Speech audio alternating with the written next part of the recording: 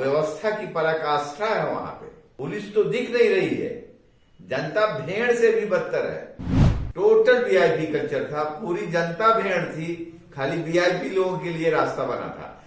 70 वर्ष से ज्यादा उम्र का कोई आदमी वहां जाएगा तो मैं समझता हूं कि वो संगम में स्नान नहीं कर सकता। रोजगार बहुत हो गया, लेकिन जनता को भेड़ के स्तर से ऊपर नहीं उठा पाई हमारी सरकार। ये मिथ्या है, ये सरकार खाली मीडिया में बोल रही है। मैं तो प्रत्यक्षदर्शी था। बीच में गाड़ियां, वीआईपी गाड़ियां, दोनों तरफ भेड़, हम जनता।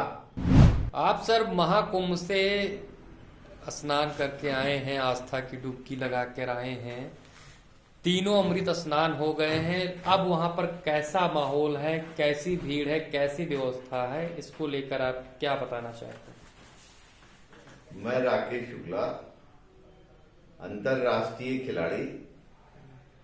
इस समय मैं 70 वर्ष का हूं। कुंभ से सीधे मैं यहां आया हूं, और अगर कोई 70 वर्ष से ज्यादा उम्र का कोई आदमी वहां जाएगा तो मैं समझता हूं कि वो संगम में स्नान नहीं कर सकता। मैं संगम में गया तो अपने साथियों के साथ, उनके मना करने के बाद भी मैंने कहा कि नहीं, संगम चलेंगे। मैं वहीं कैंप में सेक्टर 6 में आवासित था। वहां से मुझे जाने में और आने में 6 घंटा लगा, और मेरे साथ एक बड़ा पहलवान टाइप का लड़का था, उसके पीछे पीछे मैं निकल पाया। अव्यवस्था की पराकाष्ठा है वहां पे। पुलिस तो दिख नहीं रही है, जनता भेड़ से भी बदतर है। जनता बीच में वीआईपी की गाड़ियां, साए साए साए। किसी गाड़ी पे एडीएम लिखा है, किसी गाड़ी पे मजिस्ट्रेट लिखा है, किसी गाड़ी पे जज लिखा हुआ है। मतलब हमारे मन में तो इतना आक्रोश आया, ईंटा उठाओ, इन सब के शीशे तोड़ना शुरू कर दो। हम भेड़ हैं क्या? तो भाई, आपने कब्जा क्यों किया? सरकार का कहना है कि वहां पर बहुत अच्छी व्यवस्था की गई है, मेला परिसर को बढ़ाया गया है, और जो वीआईपी वाला जो मूवमेंट की बात हो रही थी भगदड़ के बाद में, उसे भी कम कर दिया गया और कुछ दिनों के लिए रोक भी दिया गया था। मैं प्रत्यक्षदर्शी हूं। 7 फरवरी को हमने स्नान किया। टोटल वीआईपी कल्चर था, पूरी जनता भेड़ थी, खाली वीआईपी लोगों के लिए रास्ता बना था। अगर सरकार को वीआईपी के दर्शन कराना है तो उनके लिए अलग से रास्ता बना दें। हम जनता को भेड़ क्यों समझ रहे हैं? अगर कोई 80 वर्ष के पति पत्नी दोनों हैं तो वो संगम स्नान नहीं कर सकते। अगर गलती से वो चले भी गए तो लौट नहीं पाएंगे। बहुत पैसा खर्च किया सरकार ने, हर जगह बहुत पैसा खर्च किया। किस चीज पे आपको लगा कि सरकार ने पैसा खर्च किया? जैसे बाथरूम वहां बनवा दिए, पैंटून वहां ने बनवा दिए, भोजन का भी बड़े बड़े मठाधीशों की तरफ से भोजन का भी इंतजाम है, रोजगार बहुत हो गया, लेकिन जनता को भेड़ के स्तर से ऊपर नहीं उठा पाई हमारी सरकार। अच्छा, माना जा रहा था कि मौनी अमावस्या को जो भगदड़ हुई उसके बाद में सरकार ने पूरी व्यवस्था बदल दी है, और अब जितने भी अधिकारी हैं वो सिर्फ श्रद्धालुओं पर, आम श्रद्धालुओं पर फोकस है, और सिर्फ उन्हीं को स्नान कराने की जिम्मेदारी बखूबी निभा रहे हैं। और वीवीआईपी का जो प्रोटोकॉल था वो लगभग खत्म हो गया है, और जो आम लोग हैं वो बड़े आराम से जा रहे हैं। खबर ऐसी ही आ रही है कि आराम से जाते हैं, स्नान करते हैं, कुछ ही दूर पर उन्हें जाना पड़ता है। ये मिथ्या है, ये सरकार खाली मीडिया में बोल रही है। मैं तो प्रत्यक्षदर्शी था। बीच में गाड़ियां, वीआईपी गाड़ियां, दोनों तरफ भेड़, हम जनता। जनता को कोई सहूलियत नहीं है स्नान में। तो अब अभी कुछ दिन बचे हुए हैं स्नान को, क्या कहना चाहते हैं आप? कैसी व्यवस्था वहां पर होनी चाहिए? और या फिर अगर आप श्रद्धालुओं को बताना चाहते हैं, आम श्रद्धालुओं के लिए क्या संदेश देना चाहते हैं? जाएं तो किस व्यवस्था के साथ जाएं?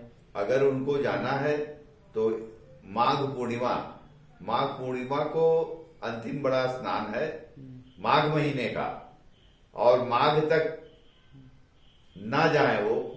अगर संगम में स्नान करना है तो 70-75 साल का आदमी संगम में स्नान नहीं कर सकता। खाली वहां वीआईपी गाड़ियां घूम रही हैं, उन्हीं को वीआईपी व्यवस्था के अंतर्गत स्नान कराया जा रहा है। और हम लोग तो भेड़ हैं, भेड़ ही यानी कि अगर आप वीआईपी ना हो तो आप अभी संगम मत में जाए, स्नान तो नहीं 26 फरवरी तक आप मत जाए। 26 नहीं, ये 12 फरवरी तक ना जाए। खचाखच भरा हुआ है, कहां कहां से लोग यानी आ रहे हैं। सरकार सिर्फ पोस्टरबाजी और सिर्फ प्रचार किया, सिर्फ प्रचार पे है, सिर्फ प्रचार पे तो है। वहां पर भी प्रचार दिखा खूब कि नहीं? खूब प्रचार दिखा, खूब प्रचार दिखा, बैनर पोस्टर की कोई खूब सरकार के तंत्र के बैनर दिखे हैं और कुछ नहीं दिख रहा वहां।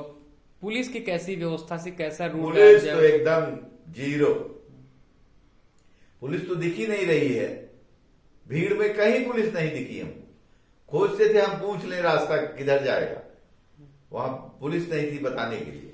चौराहों पे खड़ी रही पुलिस। कुछ लोग कहते हैं कि लोग वैष्णो देवी जाते हैं 15 किलोमीटर चढ़ जाते हैं, केदारनाथ जाते हैं 20 किलोमीटर चढ़ जाते हैं, और कई स्थान ऐसे बता रहे हैं। तो प्रयागराज में अगर 10 किलोमीटर पैदल चल के अगर संगम स्नान कर रहे हैं तो दिक्कत क्या है? अगर इतनी क्षमता नहीं है तो मत जाएं।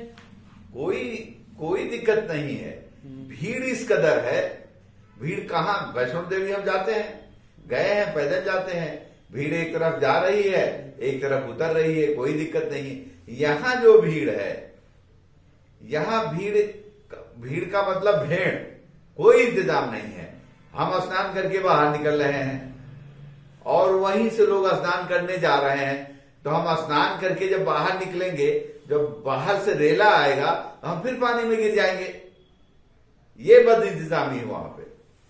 हम तो ये कहेंगे कि क्यों आप इतने लोगों को बुला रहे हैं इवेंट बना करके।